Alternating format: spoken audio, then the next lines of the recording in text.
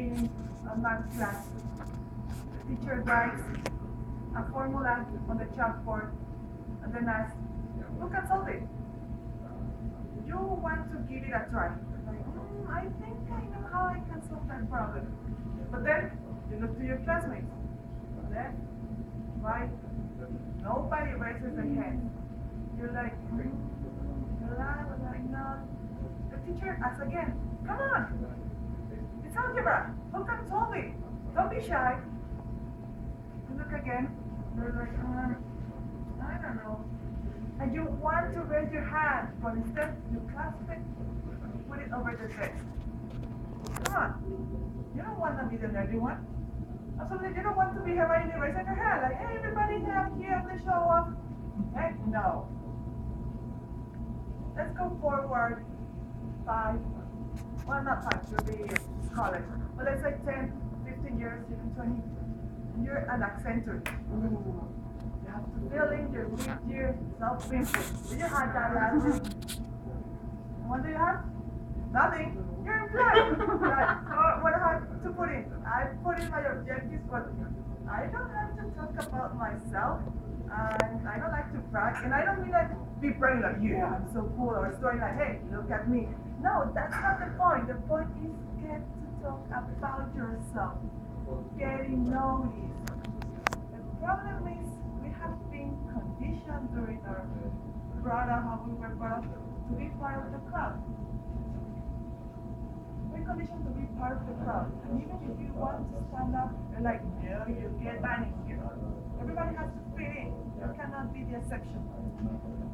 Now you might say, hey, what if I'm naturally shy? I don't like to stand up to the people. I prefer to be a wallflower and get disguised. I have problems creating rapport with people, getting to know them. Either way, you were brought up being part of the crowd, or you don't like being showed up. The problem is, this is getting you nowhere. And worst of all, it affects you on your job. How do they affect you? Guess what? You're rejected. Has it ever happened that you're talking with a partner and then suddenly a third person comes in and starts talking with your friend, but not with you? They say hello to your friend and then you're like, oh yeah, of course, I'll talk to you. And they just ignore you completely. They can't even give you their back. I mean, they're not paying attention to you. That feels very awful because you're being left aside. You're ignored. What else can happen in the work? Your ideas get stolen. For example, you have a meeting for your project and you say, I have that idea. Okay, that'll be great. And they continue talking. 2 weeks ago, somebody else says, hey, I have this great idea. And the boss goes like, absolutely, we'll make it right now. And you're like, come on, that was my idea. I thought about it first. That would be great for team. And nobody thought about you because they didn't pay attention to you. Your idea got lost, somebody else got credit. Too bad. You're in the lowest position. That also happens when you're ignored. You're passed over for promotion. You're waiting another quarter. If you're lucky, if not, you wait a whole year to get for those promotions in September. Guess what? That didn't come because nobody noticed you. Maybe does your career counselor knows you? That's a big question. That feels pretty awful. Or you're in boring projects. That tends to happen.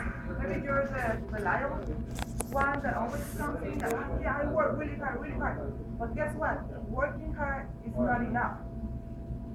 On the contrary, you're so reliable that they depend on you that, yeah, she gets done the work and then go outside. Like, okay, I'm not going to be here forever. Working hard is not the only thing. And if you don't get noticed, you're gonna get stuck in the same project forever. Unless you raise your hand, go with the teacher and say, hey, I want another project, I want to change to something more interesting.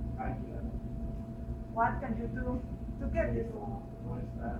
Get noticed. Please say, I'm here. Raise your flag, just like in the green one. Get noticed. How can we do that? Well, it depends first on what you want to get noticed for. You want to be like Paris Hilton, don't forget to like speed of tape, or like Kim Kardashian for your flashy news. Come on, of course not. What do you want to be expert? You're an expert on performance, on managing people, writing magazines, designing. What do you want to be known for? Find that specific spot that is your sweet spot and make it known to everybody. Like say, I want to be the best in performance. Okay, that's awesome. That's your cue to get to people to know you. What else? The elevator talk. This is very, very common. And I think you might have heard it before. We use the elevator every day here.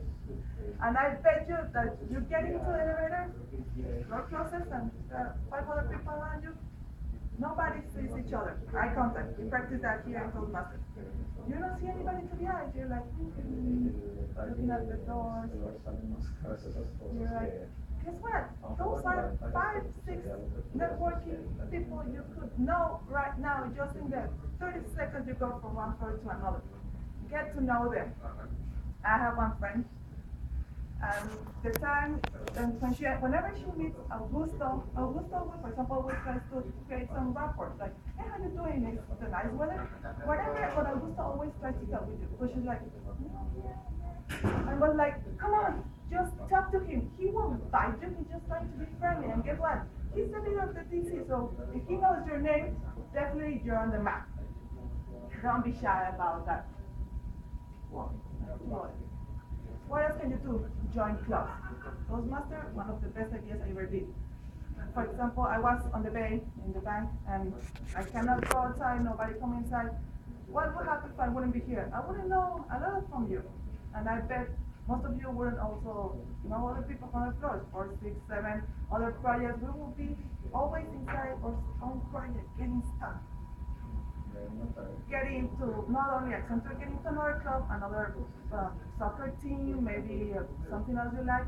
Get involved knowing other people. Also attend events. For example, in Accenture you might say, hey, I attend the Posada, does that count as an event? Yes and no. Because if you remember last year we had a round table with 10 seats and you had to put in the people you wanted to sit in. And guess what? Those people were either already your friends or were part of your team. So that doesn't help you to get mixed and know other people. One of the events that I remember a lot is the September 2013, there was a Mexican fair. Some of you were too new, some of you were already there. And it was one of those events where they made you make teams from all over the DC.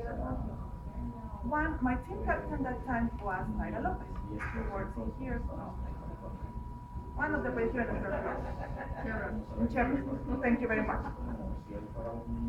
I saw her every day on the show from Galerías.